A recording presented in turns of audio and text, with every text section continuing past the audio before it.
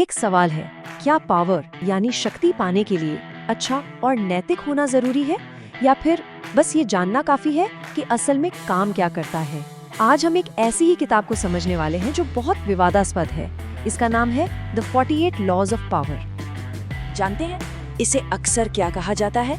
एक खतरनाक दुनिया के लिए सर्वाइवल गाइड। और ये सिर्फ कोई कैची लाइन नहीं है, ये इस किताब के पूरे नजरिए को साफ साफ बताती है। एक ऐसा नजरिया जो एकदम सीधा है, बेझिझक और हाँ, कई लोगों के लिए बहुत कठोर भी। ये उस दुनिया की बात करती है जहाँ हर कदम पर मुकाबला है। लेकिन सबसे हैरान करने वाली बात पता है क्या है? इतने सारे 48 नियमों के पीछे असल में सिर्फ एक ही मेन आइडिया, एक ही मूल सिद्धांत छिपा हुआ है। एक ऐसा आइडिया जो पावर को देखने का हमारा पूरा नजरिया ही बदल सकता है। तो आखिर वो एक मूल सिद्धांत है क्या? ये सब कुछ एक बहुत ही सीधे से सवाल पर आके टिक जाता है। शक्ति क्या ये कोई तोहफा है जो किसी को दिया जाता है, या फिर ये वो चीज है जिसे खुद हासिल करना पड़ता है? इस किताब का सबसे बड़ा, सबसे बुनियादी सच बस इतना सा है, पावर कभी दी नहीं जाती, इसे हमेशा लिया जाता है, या यूं कहें छीन लिया जाता है। इस किताब के हिसाब से अगर कोई पावर मिलने का इंतजार कर रहा है तो इसका मतलब है वो उसे हमेशा के लिए खोने वाला है। ठीक है, तो अगर पावर छीनी जाती है तो भाई कैसे छीनी जाती है, इसे करने के तरीके क्या हैं? चलिए इस किताब के कुछ सबसे सीधे और हाँ विवादास्पद नियमों पर एक नजर डालते हैं जो इसी सोच को असल जिंदगी में उतारते हैं। पहला नियम, अपने मास्टर यानी अपने बॉस या सीनियर से कभी भी ज्यादा चमकने की कोशिश मत करो। अब सुनिए, ये सिर्फ चापलूसी नहीं है, ये एक स्ट्रैटेजी है। अपने से ऊपर वालों को हमेशा सेफ और सुपीरियर महसूस कराओ। क्यों?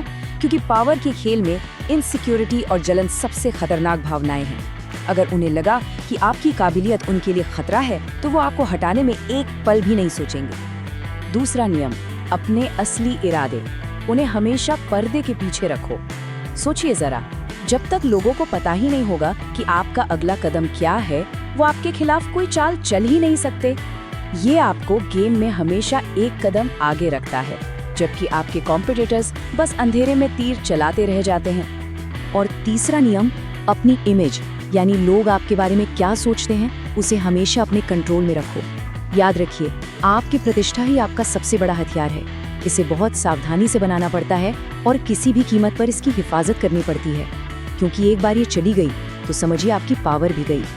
तो अब सवाल ये उठता है कि आखिर ये किताब इतनी कंट्रोवर्शियल है क्यों? इसका जवाब इसकी सलाह के तरीके में ही छिपा है। देखिए, ये किताब सही या गलत के बारे में बात नहीं करती, ये सिर्फ इस बारे में है कि क्या काम करता है।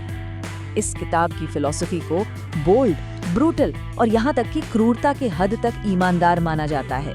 तर्क ये है कि अगर किसी को इंसानी इरादों और उनकी इच्छाओं की कड़वी सच्चाई को समझना है तो ये किताब एक चाबी की तरह काम करती है। ये भावनाओं का पर्दा हटाकर वो दिखाती है जो असल में है।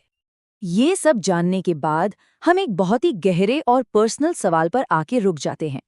एक ऐसा सवाल जो इस किताब का हर पढ़ने वाला आखिर में खुद से जरूर पूछता है। तो सवाल ये है, क्या पावर के इस खेल को सिर्फ समझना काफी है, या इसे खेलना भी जरूरी है? या फिर क्या इन नियमों को जानना सिर्फ इसलिए जरूरी है ताकि हम खुद को इसके खिलाड़ियों से बचा सकें? ये एक ऐसा सवाल है जिसका जवाब हर किसी को अपने लिए खुद ही खोजना होगा।